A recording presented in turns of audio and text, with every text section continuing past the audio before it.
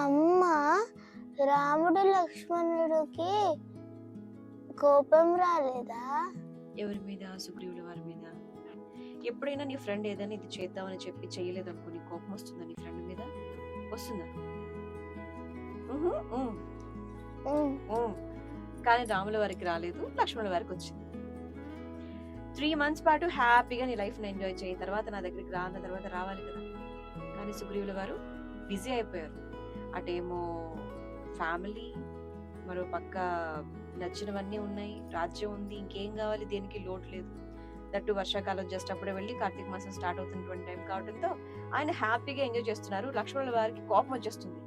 వాళ్ళ కోసం నువ్వు అంత చేశావు, యుద్ధానికి వరకు నువ్వు సిద్ధపడిపోయావు, అయినా కూడా నీ పని విషయంలో అతను కించిత్తు కూడా ముందుకు రావడం లేదు. అట్లాంటి స్నేహితుడు నీకు కావాలా అన్నయ్య అంటే గనక తప్పు లక్ష్మణ అలా అనక.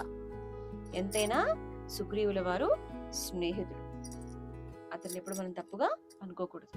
వెళ్ళు, నువ్వు ప్రేమగా సాధారణంగా చెప్పడానికి ప్రయత్నించు, విన్నారా? సరే సరే, అంతేగాని కోపం తెచ్చుకోక నాయనా అని చెప్పేసి అంటే బయటకు అన్నయ్య ముందు శాంతంగా ఉన్నారు, కానీ లోపల మాత్రం అసలు అగ్ని పర్వతాలు వెళ్ళిపోతున్నాయి అనమాట. వేరిపోతున్నట్టుగా అనిపిస్తోంది లోపల ఆయనకి.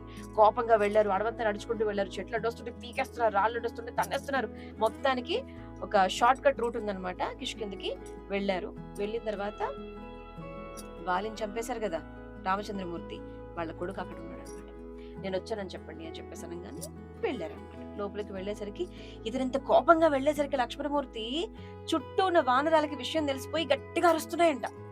లోపల హ్యాపీగా ఎంజాయ్ చేస్తున్నటువంటి సుగ్రీవుల వారికి సౌండ్ అంతా వినిపించి, వానరాలు ఎందుకు ఇలా అరుస్తున్నాయి, ఏం జరిగింది, నాకు రాముడికి మధ్య ఎవరైనా లేనిపోనివన్నీ గిట్టనివన్నీ చెప్పారా, అందుకే కోపం వచ్చిందా, తను ఏమైనా కోపంగా నా దగ్గరకు వచ్చి నన్ను సంహరించడానికి ఏమైనా ప్రయత్నాలు చేస్తున్నారా అని రకరకాలుగా ఇతను ఆలోచన చేస్తున్నారు. బయటకు వెళ్ళడానికి భయపడుతున్నారు అనమాట.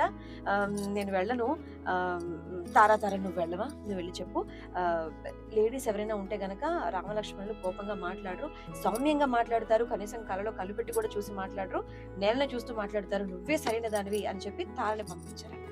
ఇప్పుడు లక్ష్మణుల వారు తార ఇద్దరు మాట్లాడుకుంటారు.